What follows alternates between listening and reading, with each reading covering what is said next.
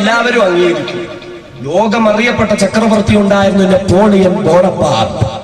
Napoleon Bonaparte പറയുന്നു, I have 2 great ambitions. മഹത്തായ 2 ആഗ്രഹങ്ങൾ എനിക്കുണ്ടായിരുന്നു. മഹത്തായ 2 ആഗ്രഹങ്ങൾ എനിക്കുണ്ട്. എന്തൊക്കെയാ? ഒന്ന്, I want to reign the whole world. ഈ ലോകം മുഴുവനും എനിക്ക് ഭരിക്കണം. ലോകത്തിന്റെ മുഴുവനും ചക്രവർത്തിയായി എനിക്ക് മാറണം. അതാണ് ഒന്നാമത്തെ ആഗ്രഹം. രണ്ടാമത്തെ ആഗ്രഹം ആസ് ലൈക്ക് ഹസരത്ത് ഉമർ. ആ ഭരണം മഹാനായ സയ്യിദുന ഉമറുൽ ഫാറൂഖ് റളിയല്ലാഹു അൻഹുവിന്റെ ഭരണമായി മാറി. എല്ലാവരും ആഗ്രഹിക്കുന്നു. ഇംഗ്ലണ്ടിലെ ഒരു പ്രശസ്തനായ എഴുത്തുകാരനുണ്ട്, സർ തോമസ് ഹാർട്ട്ലി. അദ്ദേഹം ഒരു പുസ്തകം എഴുതി, the sword of peace and justice.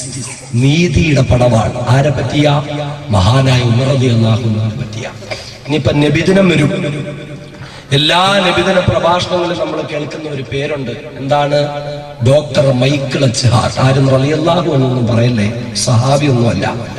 എല്ലാ നബിദിന സദസ്സിലും കേൾക്കുമ്പോ ഇനി സഹാബി ആണോ എന്ന് ആരും കരുതണ്ട. അയാൾ ഒരു പുസ്തകം എഴുതി, the 100 ranking of the most influential persons in history. ചരിത്രത്തിൽ സ്വാധീനം ചെലുത്തിയ 100 മഹാരഥന്മാർ, 100 പേരെ പറ്റി പുസ്തകം എഴുതി. അതിൽ പക്ഷേ 2 മുസ്ലിമീങ്ങളുടെ പേരേ വന്നിട്ടുള്ളൂ. 2 മുസ്ലിങ്ങളെ പറ്റിയേ വന്നിട്ടുള്ളൂ. ഒന്നാമതായി തന്നെ വന്നു മഹാനായ സയ്യിദുനാ നബി മുഹമ്മദ് മുസ്തഫ സല്ലല്ലാഹു അലൈഹി വസല്ലം.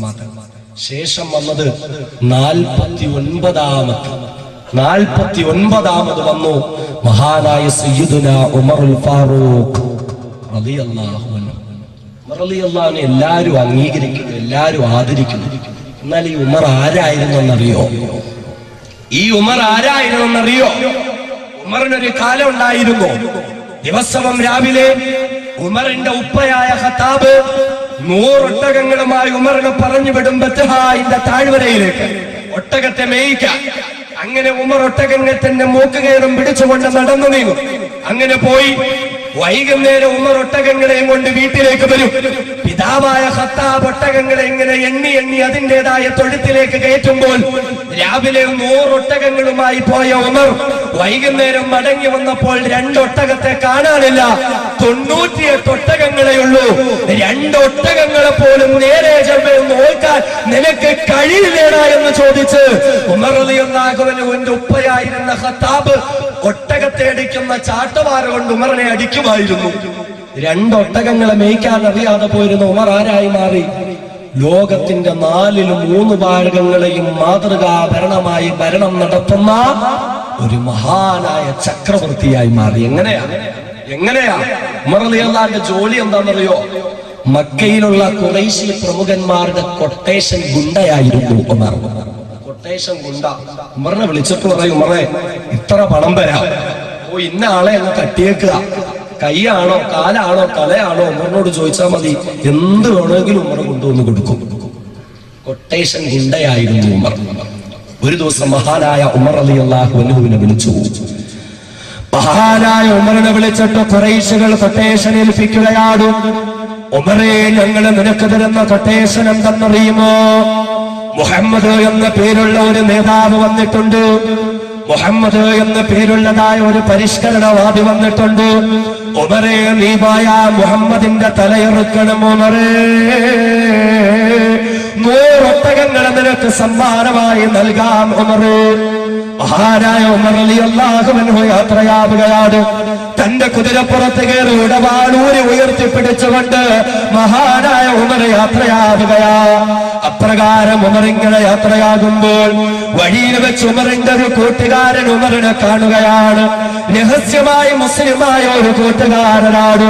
ഉമർ ഇങ്ങനെ പോകുമ്പോൾ ഉമറിന്റെ കൂട്ടുകാരൻ ഉമറിനെ തടഞ്ഞു നിർത്തുകയാണ്. എന്നിട്ട് ചോദിക്കുകയാണ്, ഐന തുരീദു യാ ഉമർ?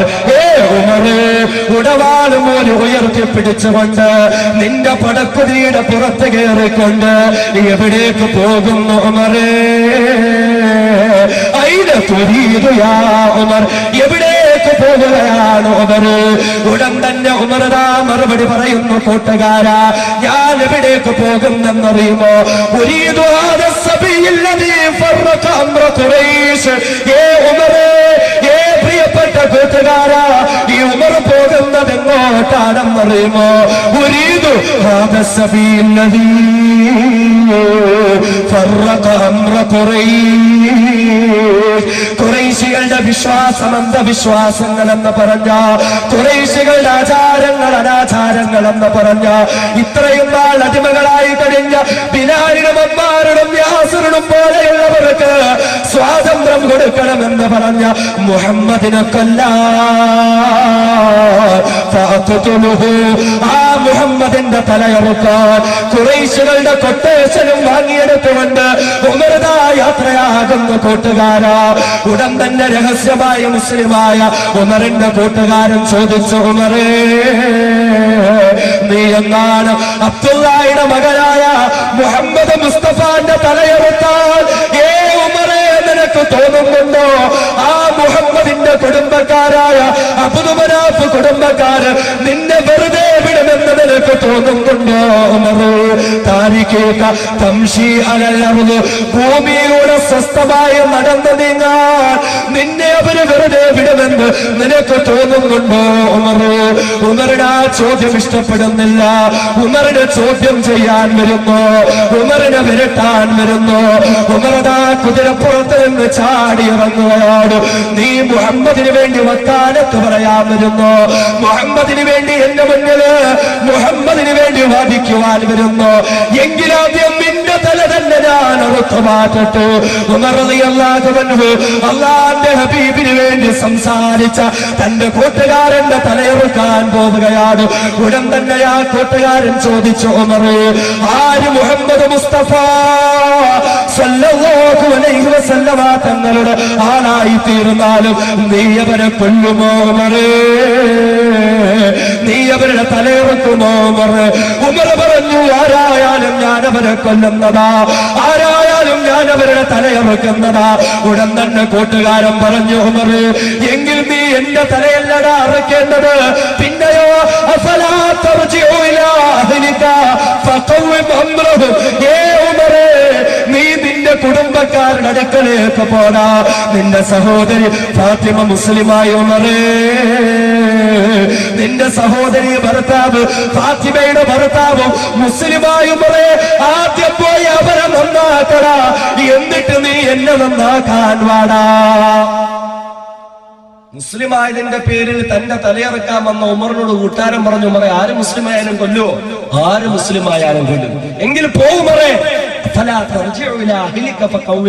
നിന്റെ കുടുംബക്കാരുടെ അടുക്കലേക്ക് പോ. നിന്റെ സഹോദരി ഫാത്തിമ മുസ്ലിമായി, നീ അറിഞ്ഞോ?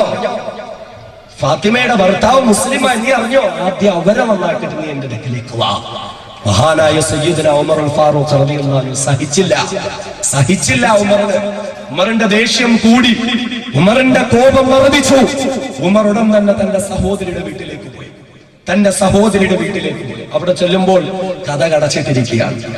വീടിന്റെ കഥ കടച്ചിട്ടിരിക്കുകയാണ്. മഹാനായ ഉമർ കഥകിനടുക്കലേക്ക് ചെന്ന് നിന്നു.